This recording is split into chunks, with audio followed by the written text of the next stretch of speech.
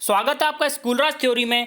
आज हम प्रारंभ करने जा रहे हैं कक्षा 6 की सामाजिक विज्ञान में राजनीतिक विज्ञान का पहला अध्याय विविधता की समझ। अपनी कक्षा में चारों तरफ नज़र दौड़ाइए। क्या कोई ऐसी साथी है जो बिल्कुल आपकी तरह दिखती हो? इस पाठ में आप पढ़ेंगे कि लोग एक दूसरे से कई मामलों में भिन्न होते हैं। वह न केवल अलग दिखते हैं बल्कि अलग अलग क्षेत्रों से होते हैं। उनके धर्म, रहन सहन, खान पान, भाषा, त्यौहार आदि भी भिन्न होते हैं। यह भिन्नताएं हमारे जीवन को कई तरीके से रोचक और समृद्ध बनाती है। इन विभिन्नताओं के कारण ही भारत में विविधता है। विविधता या अनेकता हमारे जीवन को किस तरह बेहतर बनाती है? भारत इतनी विविधताओं वाला देश कैसे बना? क्या सभी तरह की भिन्नताएं विविधता का ही भाग होती हैं?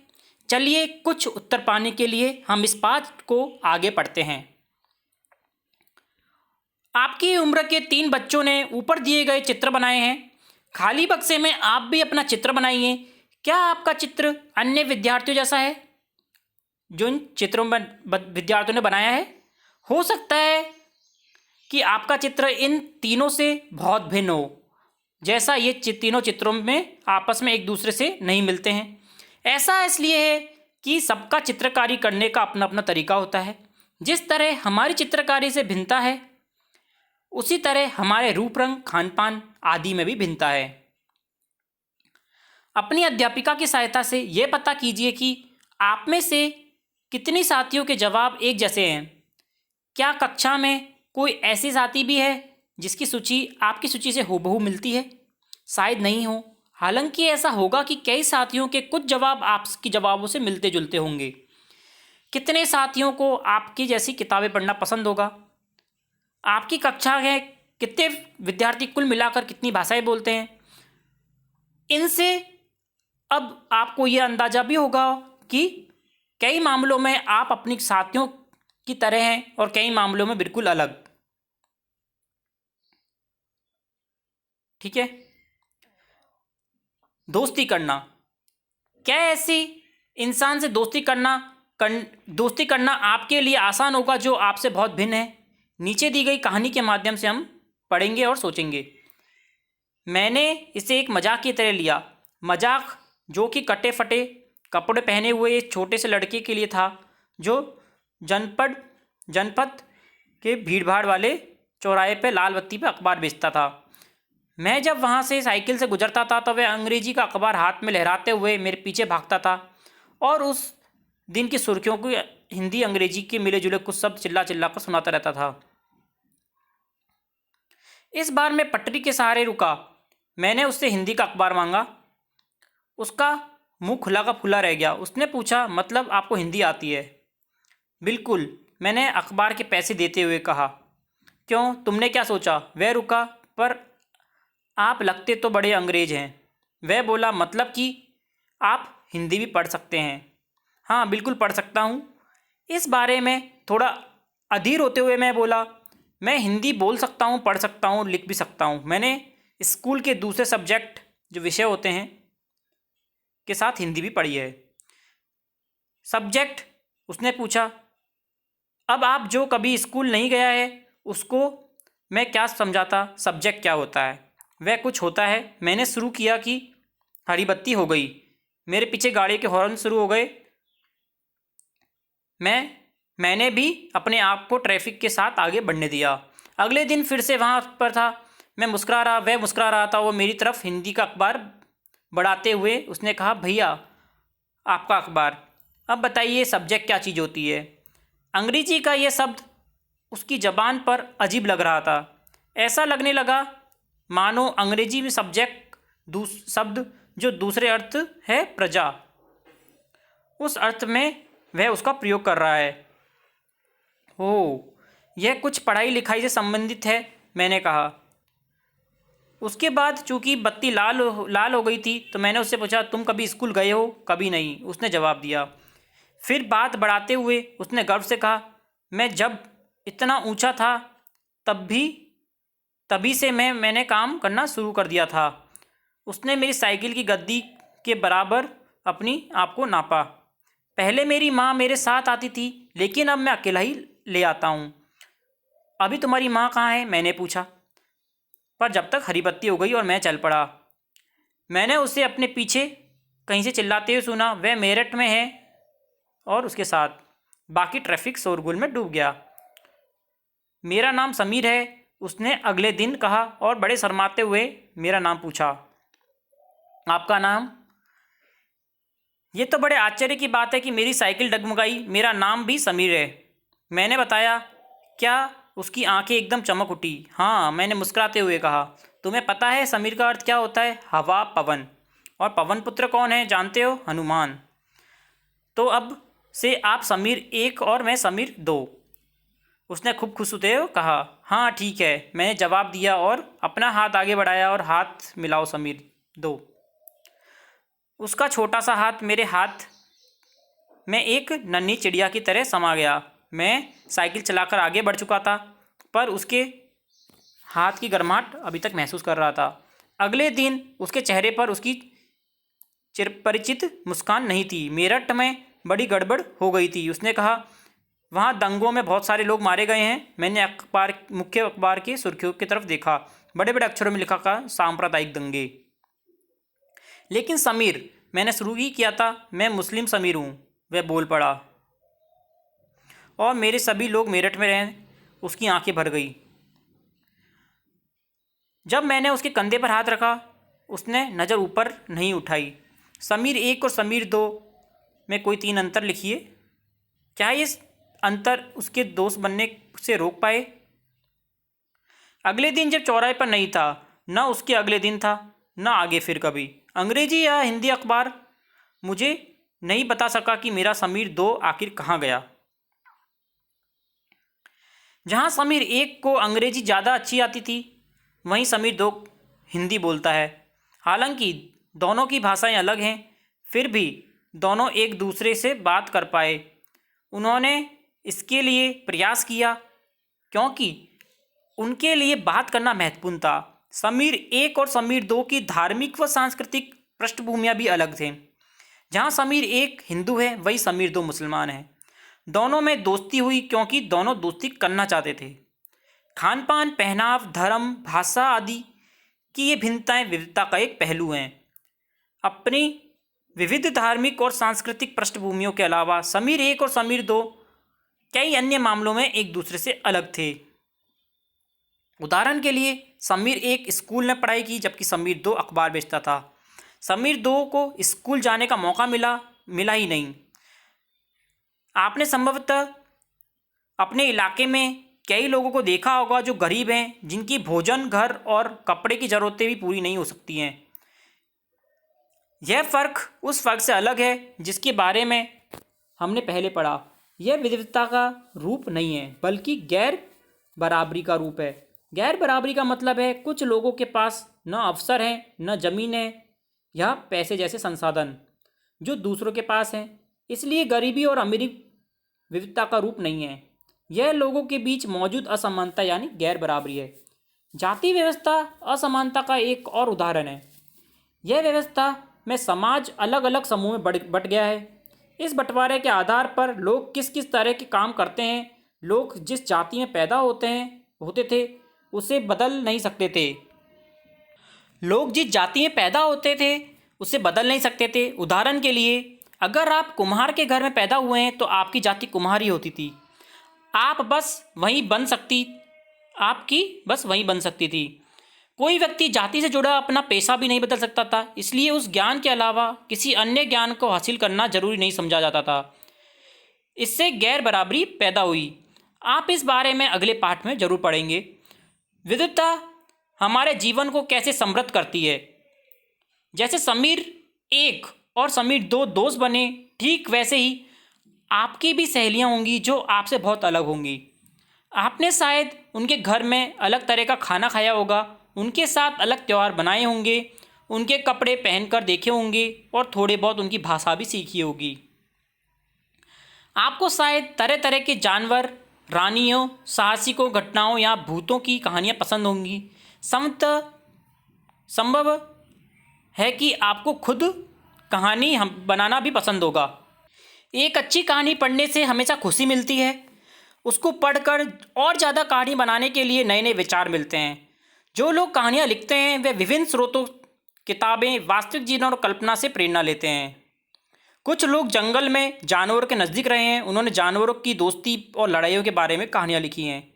कुछ अन्य लोगों ने राजा रानियों के वृत्तांत पढ़कर प्यार और सम्मान के किस्से लिखे हैं।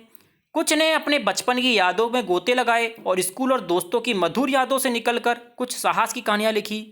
कल्पना कीजिए कि जिनकी कहानियाँ आपने सुनी या पढ़ी हैं, उन सभी कहानीकारों या कहानी सुनाने वालों को ऐसी जगह रहना पड़े जहाँ लोग केवल दो ही रंग के कपड़े पहनते हों, लाल और सफ़ेद। एक तरह का खाना खाते हों, शायद आलू। समान रूप से केवल दो पशु को पालते हों, उदाहरण के लिए हिरन, कौवा। और केवल सांप सीढ़ी खेल और मनोरंजन करते हों। ऐसी जगह रहकर वह कैसी कल्पनाएं लिख पाएंगे। भारत में विविधताएं। भारत में विविधताओं का देश है।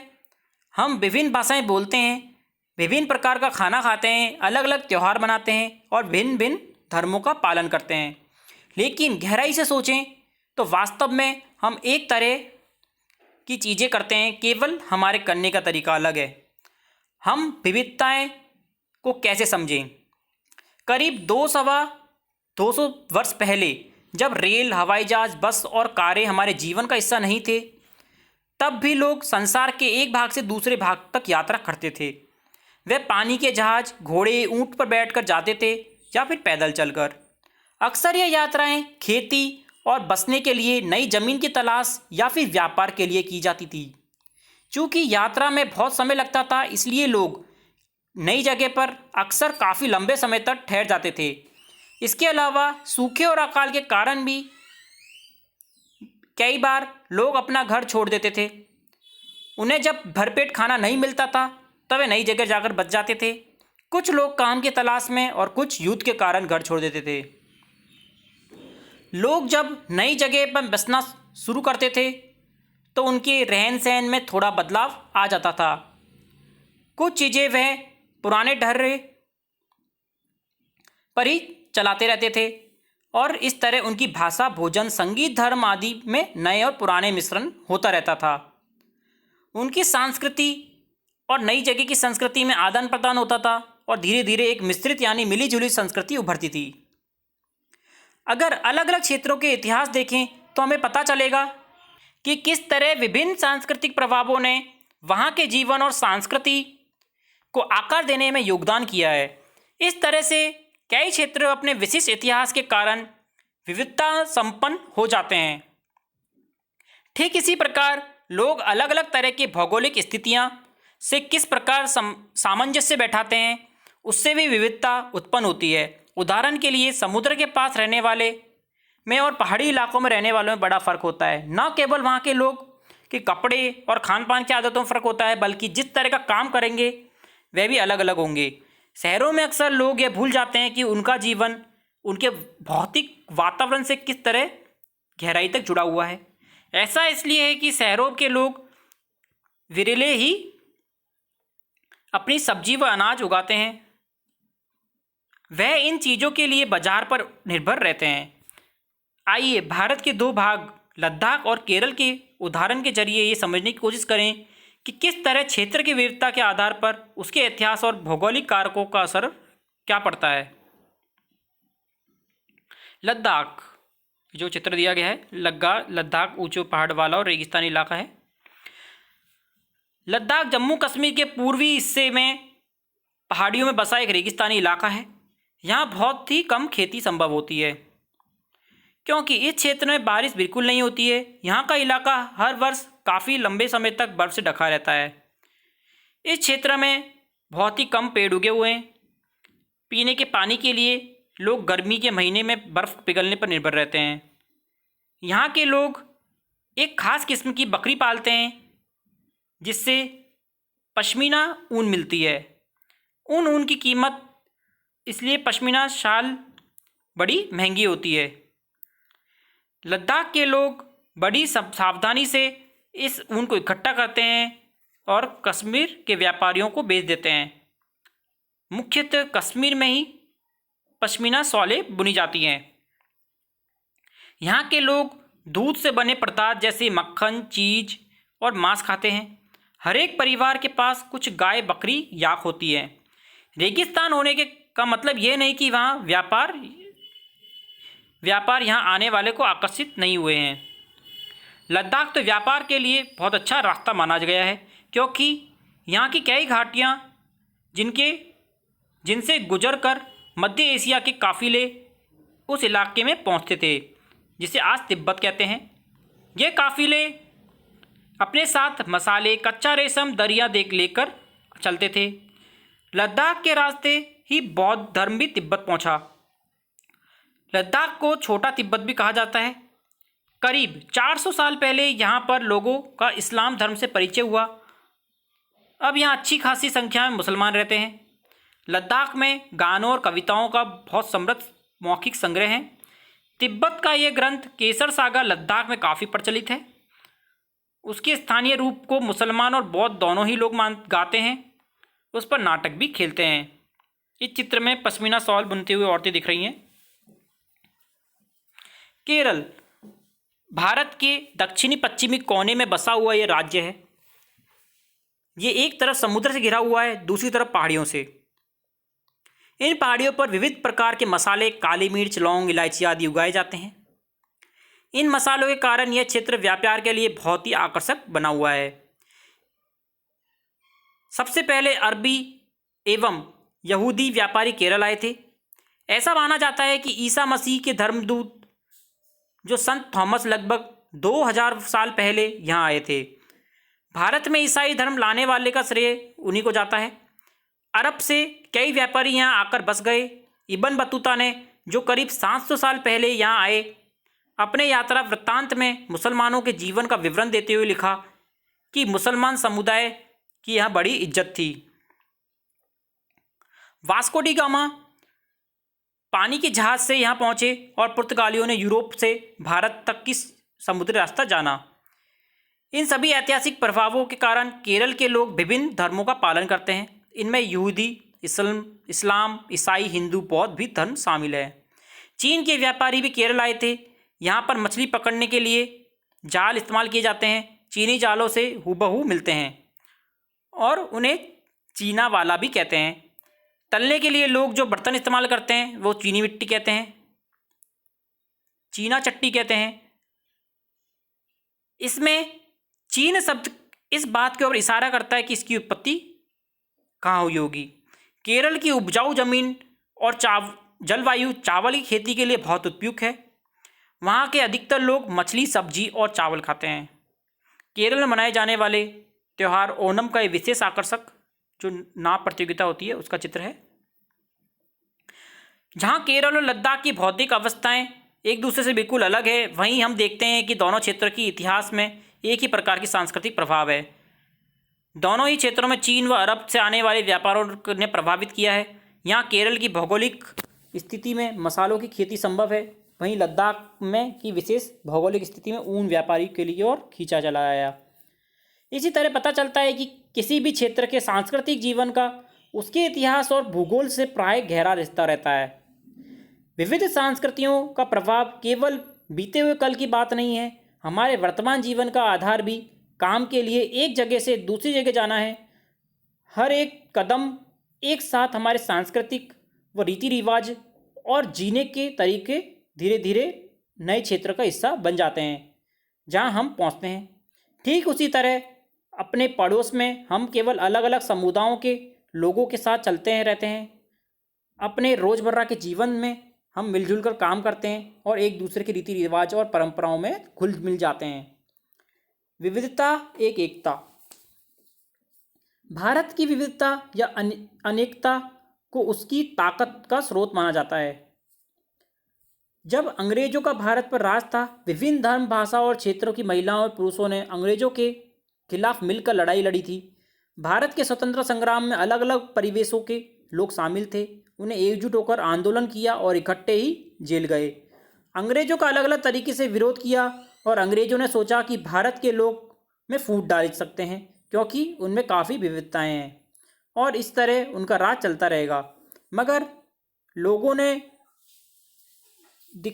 लोगों ने दिखला दिया कि वे एक दूसरे से चाहे कितने ही भिन्न हो, अंग्रेजों के खिलाफ लड़ी जाने वाली लड़ाई में सब एक हैं। दीन खून के हमारे प्यार न भूल जाना, खुशियों में अपनी हम पर आंसू बहा के जाना। सयाद ने हमारे चुन चुन के फूल तोड़े, वीरान इस चैन में कोई गुल खिला के जाना। ये एक नाट्य संघ है, भारतीय जन नाट्य संघ, उसके कुछ पद्यांश हैं। इस चित्र में देख सकते हैं स्वतंत्रता दिवस पर अफसर भाषण देने के लिए पंडित नेहरू। यह गीत अमृतसर में हुए जलियांवाला बाग हत्याकांड के बाद गाया गया था। इस हत्याकांड में एक ब्रिटिश जनरल ने उन शांति प्रिय निहत्थे लोगों पर खुलेआम गोलियां चलवा दी थी जो बाग में इकट्ठे होकर सभा कर रहे थे। महिला, पुरुष, हिंदू, मुसलमान, सिख, कितने सारे लोग थे जो अंग्रेजों की पक्षपातपूर्ण नीति का विरोध करने के लिए जमा हुए थे। उसमें से बहुत से लोगों की जानें गई और उससे भी ज़्यादा घायल हुए। यह गीत उन शहीदों के नाम याद किया गया है। स्वतंत्रता संग्राम के दौरान उभरे गीत और चिन्ह विविधता के प्रति हमारा विश्वास बनाए रखते हैं। क्या आप भारतीय झंडे की कहानी जानते हैं? स्वतंत्रता संग्राम के दौरान ही भारतीय झंडे की परिकल्पना की गई थी। इस झंडे को सारे भारत के लोगों ने अंग्रेजों के खिलाफ इस्तेमाल किया है। जवाहरलाल नेहरू ने अपनी किताब भारत की खोज में लिखा कि भारतीय एकता कोई बाहर से थोपी गई चीज़ नहीं है, बल्कि ये बहुत ही गहरी है, जिसके अंदर अलग अलग तरह का विश्वास और प्रथाओं को स्वीकार करने की भावना है। इसमें विविधता को पहचानना और प्रोत्साहित किया गया जाता है, और ये नेहरू ही थे जिन्होंने भारत की विविधता का वर्णन करते हुए अनेकता में एकता का विचार हमें दिया। रविंद्रनाथ टैगोर द्वारा रचित हमारा राष्ट्रगान भी है, जो भारतीय एकता की एक अभिव्यक्ति है। राष्ट्रगान किस तरह से एकता का वर्णन करता है, इसे अपने शब्दों में लिखिए। अब हम इसके क्वेश्चन आंसर करेंगे, प्रश्नोत्तर करेंगे। प्रश्न नंबर 1 है, अपने इलाके में मनाए जाने वाले विभिन्न त्योहारों की सूची बनाइए और इनमें से कौन से त्यौहार सभी समुदायों द्वारा बनाए जाते हैं। अपने इलाकों में मनाए जाने वाले त्यौहार हैं गणतंत्र दिवस, होली, लोहड़ी, गांधी जयंती, स्वतंत्रता दिवस, दिवाली, नवरात्रि, ईद, दशहरा, बुद्ध पूर्णिमा, गणेश चतुर्थी, क्रिसमस, गुरु नानक जयंती। सभी समुदायों द्वारा बनाए जाने वाले त्यौहार हैं गणतंत्र दिवस, स्वतंत्रता दिवस, गांधी जयंती। प्रश्न नंबर 2 है, आपके विचार में भारत की समृद्ध एवं विविध विरासत आपके जीवन को कैसे बेहतर बनाती है।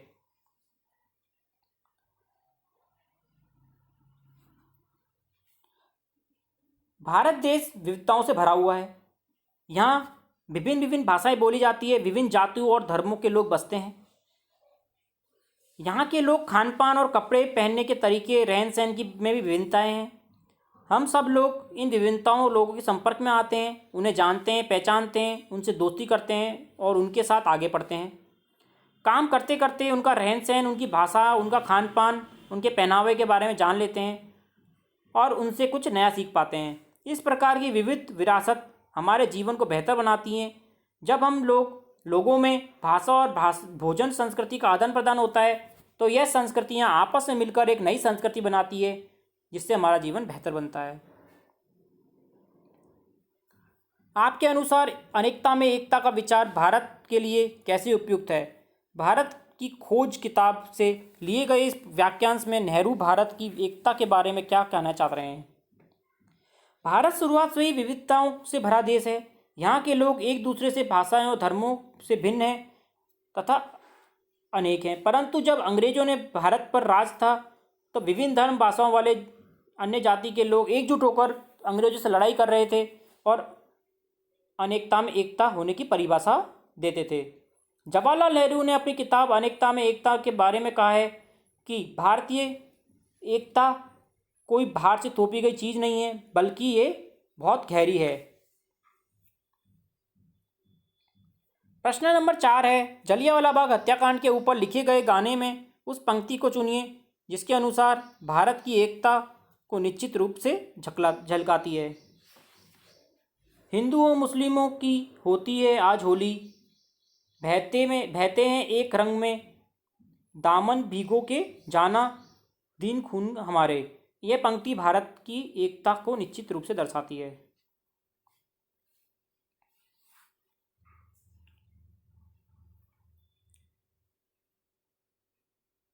प्रश्न नंबर 5 है, लद्दाख एवं केरल की तरह भारत की कोई एक क्षेत्र को चुनिए और अध्ययन कीजिए कि कैसे उस क्षेत्र में विविधता और एकता ऐतिहासिक और भौगोलिक कारकों को प्रभावित करती है। क्या ये ऐतिहासिक और भौगोलिक कारक आपस में जुड़े हुए हैं और कैसे। कोई भी आप क्षेत्र चुन सकते हैं और इस पर आप आंसर लिख सकते हैं। आशा करता हूँ आपको समझ में आया होगा। अगर आपने चैनल को सब्सक्राइब नहीं किया है तो चैनल को सब्सक्राइब जरूर कीजिएगा ताकि हम इसी प्रकार पढ़ते रहें। धन्यवाद।